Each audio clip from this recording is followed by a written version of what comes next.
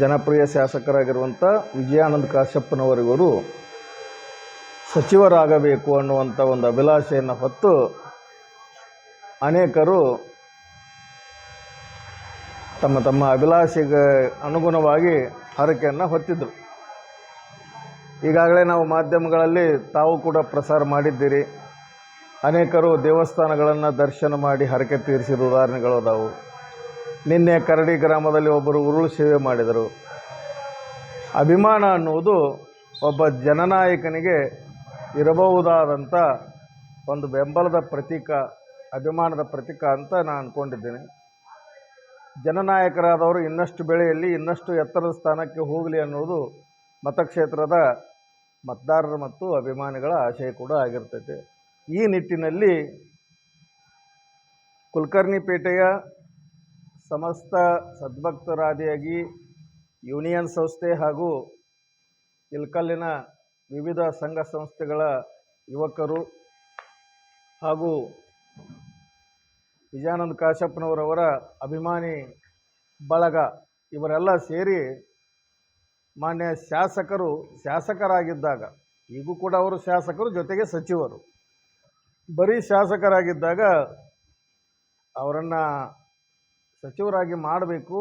ಆ ಸಚಿವರಾಗಿ ಮಾಡಬೇಕಾದ್ರೆ ಜನಾಶೀರ್ವಾದನೂ ಬೇಕು, ರಾಜಕೀಯದ ಒಂದು ಬೆಂಬಲನೂ ಬೇಕು, ಜೊತೆಗೆ ಮತದಾರರ ಮತ್ತು ಹಿತೈಷಿಗಳ ಹಾರೈಕೆಯೂ ಬೇಕು. ಈ ನಿಟ್ಟಿನಲ್ಲಿ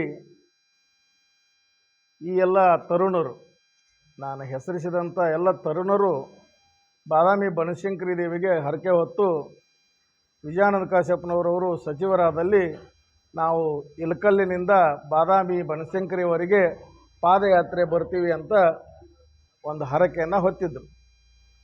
ಅದರಲ್ಲಿ ಪ್ರಮುಖವಾಗಿ ಕಾಗದ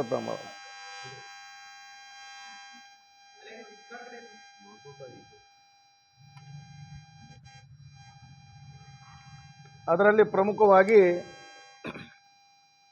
ನಮ್ಮ ಮಾಂತೇಶ ಹಿರೇಮಠವರು, ವಿಜಯ್ ಜಾನಕಿಯವರು, ಮಂಜುನಾಥ್ ವನ್ಕಿಯವರು, ವಿದ್ಯಾಸಾಗರ್ ದೇವಾಂಗ್ ಮಠ ಅವರು, ಇವರ ಒಂದು ಮತ್ತು ನಮ್ಮ ಸಂಘಟಕನಾದಂಥ ರಾಜು ಇಲ್ಕಲ್ ಇವರ ಒಂದು ನೇತೃತ್ವದಲ್ಲಿ ಸುಮಾರು 15 ಜನ ಪಾದಯಾತ್ರೆ ಹೋಗ್ತಾರೆ.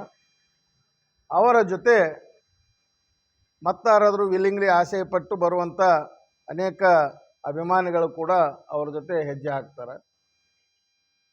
ಮತ್ತು ಸುಮಾರು 50 ಜನ ಕುಲಕರ್ಣಿಪೇಟೆಯ ನಮ್ಮ ಅಕ್ಕ ತಂಗಿಯರು ಅದೇ ಪಾದಯಾತ್ರೆ ದಿನದಂದು, ಅಂದರೆ ನಾಳೆನೇ ದಿನಾಂಕವನ್ನು ನಾನು ಆಗಲೇ ಹೇಳಲಿಲ್ಲ, 26ನೇ ತಾರೀಕು ಅದರ ಕಾರ್ಯಕಲಾಪ, 27ನೇ ತಾರೀಕು ಅದರ ಕಾರ್ಯಕಲಾಪಗಳ ಬಗ್ಗೆ ರಾಜು ಇಲ್ಕಲ್ ಮಾತಾಡ್ತಾರೆ. ಸುಮಾರು 50 ಜನ ಮಹಿಳೆಯರು ಅದೇ ದಿನ ಸಂಜೆ ಬಾದಾಮಿ ಬನಶಂಕರಿಯ ಒಂದು ದೇವಸ್ಥಾನದಲ್ಲಿ ಪೂಜೆ, ಅಭಿಷೇಕ, ಪಾರಾಯಣಗಳನ್ನು ಮಾಡ್ತಾರೆ. ಇದರ ಪಾದಯಾತ್ರೆ ಹೊರಟಂಥ ಅಭಿಮಾನಿಗಳಿಗೆ, ಈ ಯುವಕರಿಗೆ ಅಶೋಕ್ ಚಲವಾದಿಯವರು ಹಾಗೂ ಅಮೀರ್ ಇಟಿಗೆಯವರು ಟಿ ಶರ್ಟ್ ಕೊಡುವುದರ ಮುಖಾಂತರ ಒಂದು ಉತ್ತೇಜನವನ್ನು ಕೊಡ್ತಾರೆ. ಆಮೇಲೆ ಬೆಳಗಿನ ಅಲ್ಪೋಪಹಾರವನ್ನು ನಮ್ಮ ಹಿತೈಷಿಗಳು ಮತ್ತು ಸಾಮಾನ್ಯವಾಗಿ ಅನ್ನದಾನ ಅಂದ ತಕ್ಷಣ ಹೆಸರಾಗುವಂಥ ಹೆಸರೇ MD ಭಾಗವಾನ್ ಅವ್ರದ್ದು. ಅವರು ಆ ಅಲ್ಪೋಪಹಾರದ ವ್ಯವಸ್ಥೆಯನ್ನು ಮಾಂತೇಶ್ ಹರ್ತಿ ಅವ್ರ ಜೊತೆಗೂಡಿ ನಿರ್ವಹಿಸ್ತಾರೆ. ಅದೇ ರೀತಿ ಮಧ್ಯಾಹ್ನ 2 ಗಂಟೆಗೆ ಕಾಟಾಪುರ ಸಾಯಿ ಮಂದಿರದಲ್ಲಿ ಪೂಜೆ ಆದ ನಂತರ ಊಟದ ವ್ಯವಸ್ಥೆಯನ್ನು ಅವಿನಾಶ್ ಅಕ್ಕಿ ಮತ್ತು ಸದ್ದಾಮ್ ಹುಸೇನ್ ಇಲ್ಕಲ್ ಅವರು ಅದರ ಒಂದು ಹೊಣೆಯನ್ನು ಹೊತ್ತುಕೊಂಡಾರ. ಅದೇ ರೀತಿ ರಾತ್ರಿ ಊಟದ ವ್ಯವಸ್ಥೆಯನ್ನು ನಮ್ಮ ರಾಜು ಇಲ್ಕಲ್ ಹಾಗೂ ಅವರ ಸ್ನೇಹಿತರು ಮಾಡ್ತೀವಂತ ಒಂದು ಜವಾಬ್ದಾರಿನ ತಮ್ಮ ಮೇಲೆ ಹಾಕ್ಕೊಂಡಾರ. ಈ ಎಲ್ಲ ಮಹಿಳಾ ಸದಸ್ಯರಿಗೆ ಒಂದು ವಾಹನ ವ್ಯವಸ್ಥೆಯನ್ನು ನಮ್ಮ ದೀಪು ದೀಕ್ಷಾ ಸಂಸ್ಥೆಯ ಸಂಸ್ಥಾಪಕಿ ಸಹೋದರಿ ಸವಿತಾ ಚಲವಾದಿಯವರು ನೋಡ್ಕೋತಾರೆ. ಈ ಎಲ್ಲರನ್ನ ನಾನು ಇಲ್ಲಿ ಸ್ಮರಿಸ್ಕೊಳ್ತಾ ಮತ್ತೊಂದು ಮಾತನ್ನು ನನಗಿಲ್ಲಿ ಬಂದ ಮೇಲೆ ಹೇಳಿದರು ನಮ್ಮ MD ಭಾಗವಾನ್ ಅವರು. ಈ ಮುಂಚೆ ಮಾನ್ಯ ಶಾಸಕರಲ್ಲಿ, ಸಚಿವರಾಗೋಕ್ಕಿಂತ ಮುಂಚೆನೇ ಶಾಸಕರಲ್ಲಿ ಅವರೊಂದು ವಿಜ್ಞಾಪನೆಯನ್ನು ಮಾಡಿಕೊಂಡ್ರು. ಸರ್, ನೀವು ಸಚಿವರಾದರೆ ನಾನು ಸುಮಾರು 5,000 ಜನರಿಗೆ ಹೋಳಿಗೆ ಊಟ ಮಾಡಿಸ್ತೀನಿ ಅಂತ ಒಂದು ಅಭಿಲಾಷೆಯನ್ನು ಮಾನ್ಯ ಶಾಸಕರಲ್ಲಿ ಕೇಳಿದಾಗ, ಆಯ್ತಪ್ಪ ನಿಮ್ಮ ಹರಕೆಯಿಂದ ನಾನು ಸಚಿವರಾದ್ರೆ ಮಾಡಾಕಂತಿ, ಅದನ್ನು ನಾನು ಒಪ್ಪಿಗೆ ಕೊಡ್ತೀನಿ, ನಿಮಗೆ ದಿನಾಂಕನೂ ಕೊಡ್ತೀನಿ ಅಂಥೇಳಿ ಹೇಳಿದರು. ಆ ಒಂದು ನಿಟ್ಟಿನಲ್ಲಿ ಅದನ್ನು ಇದೇ ಸಂದರ್ಭದಲ್ಲಿ ತಮ್ಮೆದುರು ಪ್ರಕಟಪಡಿಸ್ಲಿಕ್ಕೆ ಇಷ್ಟಪಡ್ತೀನಿ. ಸಮೀಪದಲ್ಲಿ ಒಂದು ವಾರದೊಳಗಾಗಿಯೇ ಸಾಹೇಬರು ಒಂದು ಡೇಟ್ ತೊಗೊಂಡು ಸುಮಾರು 5,000 ಜನರಿಗೆ ಹೋಳಿಗೆ ಊಟವನ್ನು ಹಾಕಿಸುವಂಥ ಇರಾದೆಯನ್ನು ಅವರು ವ್ಯಕ್ತಪಡಿಸ್ಯಾರ. ಇವೆಲ್ಲವುಗಳನ್ನು ನೋಡಿದಾಗ ಇಲ್ಲಿ ನಮಗೆ ಮುಖ್ಯವಾಗಿ ಕಂಡು ಬರುವುದಂತಂದ್ರೆ, ಒಬ್ಬ ಜನಪ್ರತಿನಿಧಿಗೆ ಮತದಾರ ಮತ್ತು ಜನಪ್ರತಿನಿಧಿ ಅವರಿಬ್ಬರ ನಡುವೆ ಈ ರೀತಿ ಮಧುರ ಬಾಂಧವ್ಯಗಳು ಇರಲೇಬೇಕು. ಅದು ಪಕ್ಷ ಯಾವುದೇ ಇರಲಿ, ಜನನಾಯಕರು ಯಾರೇ ಇರಲಿ, ಅವ್ರು ಯಾವುದೇ ಪಕ್ಷದವರು ಇರಲಿ, ಒಮ್ಮೆ ಅವರು ಶಾಸಕರಾದ ಮೇಲೆ, ಒಮ್ಮೆ ಅವರು ಸಚಿವರಾದ ಮೇಲೆ ಇಡೀ ಕ್ಷೇತ್ರದ ಸ್ವತ್ತು ಅವರು. ಪಕ್ಷಾತೀತವಾಗಿ, ಜಾತ್ಯತೀತವಾಗಿ ಎಲ್ಲರ ಸ್ವತ್ತು, ಯಾರು ಶಾಸಕರಾಗಲಿ ಸಚಿವರಾಗಲಿ. ಆ ಒಂದು ನಿಟ್ಟಿನಲ್ಲಿ ಇಲ್ಲಿರುವಂಥ ಯುವಕರು ಕೂಡ ಜಾತ್ಯತೀತವಾಗಿ, ಧರ್ಮಾತೀತವಾಗಿ, ಪಕ್ಷಾತೀತವಾಗಿ ಈ ಪಾದಯಾತ್ರೆಯಲ್ಲಿ ಭಾಗವಹಿಸ್ತಾರೆ. ಸಚಿವರಾಗುವುದು ಕೇವಲ ವಿಜಯಾನಂದ ಕಾಶ್ಯಪ್ಪನವರಿಗೆ ಮಾತ್ರ ಸಂಬಂಧಪಟ್ಟಿದ್ದಲ್ಲ, ಮತ್ತು ಅವರು ಪ್ರತಿನಿಧಿಸುವಂಥ ಪಕ್ಷಕ್ಕೆ ಸಂಬಂಧಪಟ್ಟಂಥ ವಿಷಯ ಅಲ್ಲ. ಅದು ಇಡೀ ಹುಣಗುಂದ ಮತಕ್ಷೇತ್ರದ ಎಲ್ಲ ಸರ್ವ ಜನತೆಗೆ ಸಂಬಂಧಪಟ್ಟಂಥ ಒಂದು ಸಂತಸದ ವಿಷಯ. ಆ ನಿಟ್ಟಿನಲ್ಲಿ ಯುವಕರು ಹಿರಿಯರ ಸಹಕಾರ ತಗೊಂಡು, ಬರೀ ಯುವಕರು ಮನಸ್ಸು ಮಾಡಿದರೆ ಸಾಲದು, ಅವರಿಗೆ ಇಂಥ ಎಲ್ಲ ಹಿರಿಯರ ಸಹಾಯ ಸಹಕಾರ ಬೇಕು. ಆ ನಿಟ್ಟಿನಲ್ಲಿ ಹಿರಿಯರು ಅವ್ರಿಗೊಂದು ಯೋಗ್ಯ ಮಾರ್ಗದರ್ಶನ ಮಾಡಿ ಈ ಒಂದು ಕಾರ್ಯಕ್ಕೆ ಅಣಿಗೊಳಿಸ್ಯಾರ. ಆ ಪಾದಯಾತ್ರೆ ಯಶಸ್ವಿಯಾಗಲಿ. ಮಾನ್ಯ ಸಚಿವರು ಕೂಡ ನಾನು ಬಿಡುವು ನೋಡಿಕೊಂಡು ಅವರು ಇವತ್ತು ಆಗಮಿಸ್ತಾ ಇದ್ದಾರೆ. ನಾಳೆ ಬಿಡುವು ನೋಡಿಕೊಂಡು ಆ ಪಾದಯಾತ್ರೆಯಲ್ಲಿ ಸ್ವಲ್ಪ ನಾನು ಅಲ್ಲಿ ಅವ್ರನ್ನ ಎಲ್ಲಾದರೂ ಎದುರುಗೊಂಡು ಪಾಲ್ಗೊಳ್ತೀನಿ ಅಂತ ಮಾತು ಕೊಟ್ಟಾರೆ. ಅದನ್ನು ಮತ್ತೆ ಹಿರಿಯರು ಕೂಡಿ ಒತ್ತಾಯಿಸಿ ಅದನ್ನು ಒಂದು ವ್ಯವಸ್ಥೆ ಮಾಡ್ತಾರೆ. ಆ ಒಂದು ನಿಟ್ಟಿನಲ್ಲಿ ಮಾಧ್ಯಮದ ಸ್ನೇಹಿತರ ಸಹಕಾರನೂ ಬೇಕು. ಯಾಕಂದರೆ ಇಲ್ಲಿರುವಂಥ ಯುವಕರಾಗಲಿ ಒಂದು ದೊಡ್ಡ ಸ್ಥಾನದಲ್ಲಿರುವಂಥವರು ಯಾವುದೇ ಒಂದು ಆದಾಯ ಬರುವಂಥ ಇದರಲ್ಲಿ ಇದ್ದವರಲ್ಲ. ಹಿರಿಯರ ಸಹಾಯ ಸಹಕಾರದೊಂದಿಗೆ ಮಾಡೋಂಥವ್ರು. ಇಂಥ ಒಂದು ವಿಧಾಯಕ ಕಾರ್ಯಗಳನ್ನು ಮಾಡುತ್ತಿರುವಂಥ ಯುವಕರ ಬೆನ್ನು ತಟ್ಟುವಂಥ ಕೆಲಸವನ್ನು, ಪ್ರಚಾರ ಕೊಡುವಂಥ ಕೆಲಸವನ್ನು ಮಾಧ್ಯಮ ಮಿತ್ರರು ಮಾಡಿರಿ ಅಂತ ತಮ್ಮಲ್ಲಿ ಕೇಳ್ಕೊಳ್ತಾ, ಸಹಕಾರಕ್ಕಾಗಿ ಎಲ್ಲರಿಗೂ ಧನ್ಯವಾದಗಳನ್ನ ನಾನು ಅರ್ಪಿಸ್ತಾ ಈ ಪಾದಯಾತ್ರೆಗೆ ಶುಭವನ್ನು ಕೋರ್ತಾ ಇದ್ದೇನೆ. ಒಂದು ವಿಷಯ ಮತ್ತೊಂದು ಮರೆತಿದ್ದೆ ನಾನು. ಈ ಹಿಂದೆ ಕೂಡ ನಮ್ಮ ಸರ್ವೋಚ್ಚ ನಾಯಕರಾದಂಥ ಮಾಜಿ ಮುಖ್ಯಮಂತ್ರಿ ಸಿದ್ದರಾಮಯ್ಯನವರು ಒಂದು ಬೇಸ್ಲೆಸ್ ಅಪವಾದ ಕೊಟ್ಟಿದ್ದರು. ಮೂಡಾ ಹಗರಣದಲ್ಲಿ ಅವರನ್ನು ಅಪರಾಧಿಗಳು, ಆರೋಪಿಗಳಂತ ಕೊಟ್ಟಾಗ ಆ ಮೂಡಾ ಹಗರಣದ ಒಂದು ನಿರಪರಾಧಿತ್ವ ಆಗಲಿ, ಅವರು ಅದರಿಂದ ಮುಕ್ತರಾಗಲಿ ಅಂತ ಕೂಡ ಇದೇ ಯುವಕರು ಪಾದಯಾತ್ರೆ ಮಾಡಿದರು. ಅದು ತಮ್ಮ ಗಮನಕ್ಕೈತೆ ಅಂತ ಭಾವಿಸ್ತೇನೆ. ಪ್ರಚಲಿತ ಘಟನೆಗಳಿಗೆ ಸ್ಪಂದಿಸುವಂಥ ಮನೋಭಾವವನ್ನು ಯುವಕರು ಬೆಳೆಸಿಕೊಂಡಿರುವುದು ಒಂದು ಒಳ್ಳೆಯ ಬೆಳವಣಿಗೆ. ಈ ರೀತಿ ಅವರಿಂದ ಇನ್ನಷ್ಟು ವಿಧಾಯಕ ಕಾರ್ಯಗಳು ಬರಲಿ ಅಂತ ನಾನು ಆಶಿಸ್ತಾ ನನ್ನ ಮಾತಿಗೆ ವಿರಾಮ ಹೇಳ್ತೇನೆ. ನಮಸ್ಕಾರ.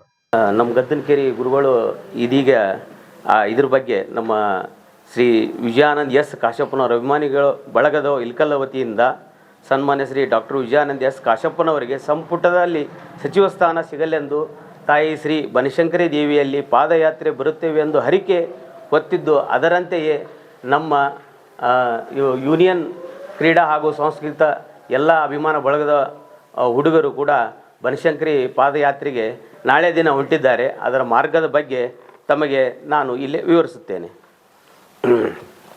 ಬೆಳಿಗ್ಗೆ 5:30 ಗಂಟೆಗೆ ಶ್ರೀ ಶರಣಬಸವೇಶ್ವರ ದೇವಸ್ಥಾನದಿಂದ ಪ್ರಾರಂಭವಾಗಿದ್ದು, ಬೆಳಗ್ಗೆ ಅದರಂತೆ 6:30 ಗಂಟೆಗೆ ಶ್ರೀ ಕೊರ್ರಮ್ಮ ದೇವಿ ಗುಡಿಯಲ್ಲಿ ಪೂಜೆ ಇರುತ್ತದೆ ಮತ್ತು ಮಧ್ಯಾಹ್ನ 2 ಗಂಟೆಗೆ ಕಾಟಾಪುರದ ಶ್ರೀ ಸಾಯಿ ಮಂದಿರದಲ್ಲಿ ಪೂಜೆ ಇರುತ್ತದೆ ಮತ್ತು ಸಾಯಂಕಾಲ 5 ಗಂಟೆಗೆ ಶ್ರೀ ಶಿವಯೋಗ ಮಂದಿರದಲ್ಲಿ ಪೂಜೆ ಇರುತ್ತದೆ ಮತ್ತು ಸಂಜೆ 7 ಗಂಟೆಗೆ ಶ್ರೀ ಬಾದಾಮಿ ಬನಶಂಕರಿ ದೇವಸ್ಥಾನ ತಲುಪುವುದು.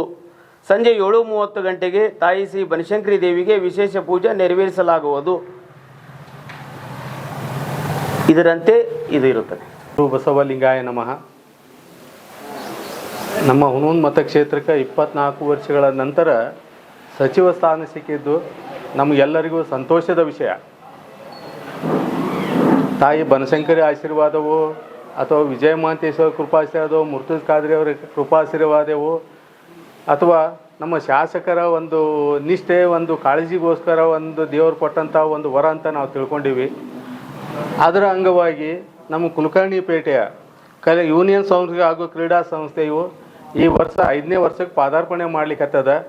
ಇದಕ್ಕೆ ನಮ್ಮ ಎಲ್ಲ ಓಣಿಯ ಗುರು ಹಿರಿಯರು, ಯುವಕರು ಎಲ್ಲರೂ ತನು ಮನಧನದಿಂದ ಯಾವುದೇ ಸ್ವಾರ್ಥ ಇಲ್ಲದೇ ದುಡಿಯುವಂಥ ಒಂದು ಈ ಸಂಸ್ಥೆ ಇರೋದ್ರಿಂದ ಎಲ್ಲರೂ ಇದು ಯಶಸ್ವಿಯಾಗಿ ನಡೀತಾ ಇದೆ.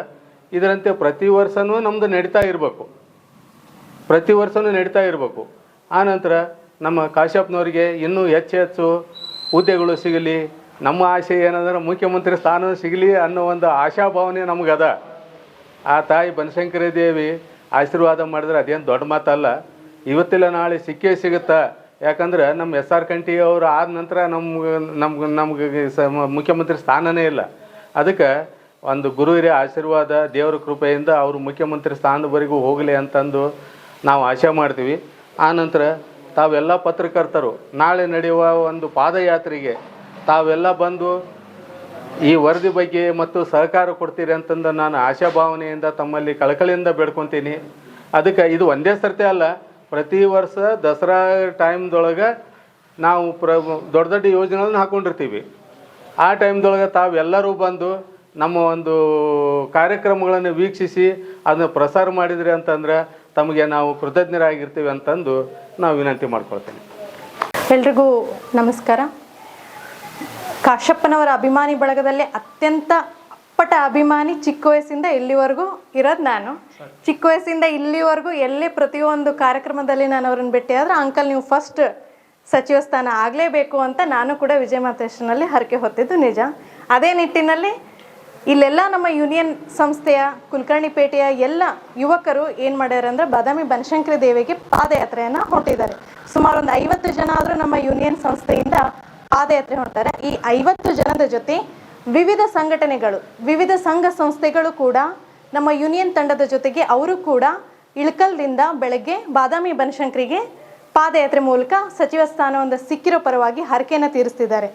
ಇದರ ಜೊತೆಗೆ ನಮ್ಮ ಕುಲಕರ್ಣಿಪೇಟೆಯ ಎಲ್ಲ ಮಹಿಳಾ ತಾಯಂದಿರು, ನಮ್ಮ ಯೂನಿಯನ್ದ ಎಲ್ಲ ಮಹಿಳಾ ತಾಯಂದಿರು ಹಾಗೂ ವಿವಿಧ ಸಂಘ ಸಂಸ್ಥೆಗಳ ಮಹಿಳೆಯರು ಲಲಿತಾ ಪಾರಾಯಣವನ್ನು ಬನಶಂಕರಿ ದೇವಿ ದೇವಸ್ಥಾನ, ಬಾದಾಮಿ ಬನಶಂಕರಿ ದೇವಿ ದೇವಸ್ಥಾನದಲ್ಲಿ ಮಹಿಳಾ ಪಾರಾಯಣ, ಲಲಿತ ಪಾರಾಯಣವನ್ನು ಪಾರಾಯಣ ಮಾಡೋಕ್ಕೆ ಎಲ್ಲರೂ ಕಾರ್ಯಕ್ರಮವನ್ನು ಹಮ್ಮಿಕೊಂಡಿದ್ದಾರೆ.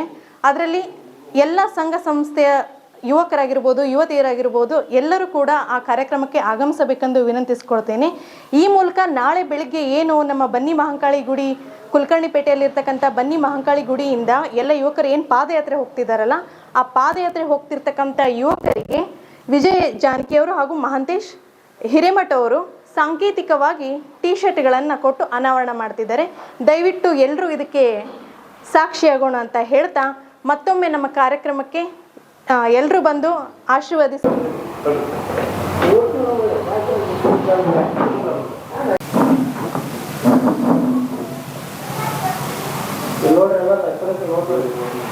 ಸಮಸ್ಯೆಗಳಾದ ಮದುವೆ, ಹಣಕಾಸು, ವ್ಯಾಪಾರ, ಗಂಡ ಹೆಂಡತಿ ಸಮಸ್ಯೆ, ಮಕ್ಕಳು ಪ್ರೀತಿಯಲ್ಲಿ ಬಿದ್ದು ಮಾತು ಕೇಳದಿದ್ದಲ್ಲಿ, ಪ್ರೀತಿಯಲ್ಲಿ ನಂಬಿ ಮೋಸ, ಪ್ರೀತಿಸಿದವರಿಂದ ತೊಂದರೆ, ಇಷ್ಟಪಟ್ಟವರು ನಿಮ್ಮಂತೆ ಆಗಲು ಮಕ್ಕಳಾಗದಿದ್ದಲ್ಲಿ, ಸಾಲದವರಿಂದ ತೊಂದರೆ, ಹಣ ತಿರುಗಿ ಬರಲು, ಗಂಡ ಬೇರೆ ಸ್ತ್ರೀ ವಶದಲ್ಲಿದ್ದರೆ, ನಿಮ್ಮ ಪತ್ನಿ ಪರಪುರುಷರ ಸಹವಾಸದಲ್ಲಿದ್ದರೆ, ಪುರುಷತ್ವ ಸಮಸ್ಯೆ, ಅತ್ತೆ ಕಾಟ ಸಮಸ್ಯೆ, ಯಾವುದೇ ಬಗೆಹರದ ಸಮಸ್ಯೆಗೆ ಕೇವಲ ಒಂದೇ ದಿನದಲ್ಲಿ ಗ್ಯಾರಂಟಿ ಪರಿಹಾರ. ಸ್ತ್ರೀಯರಿಗೆ ವಿಶೇಷ ಪರಿಹಾರ.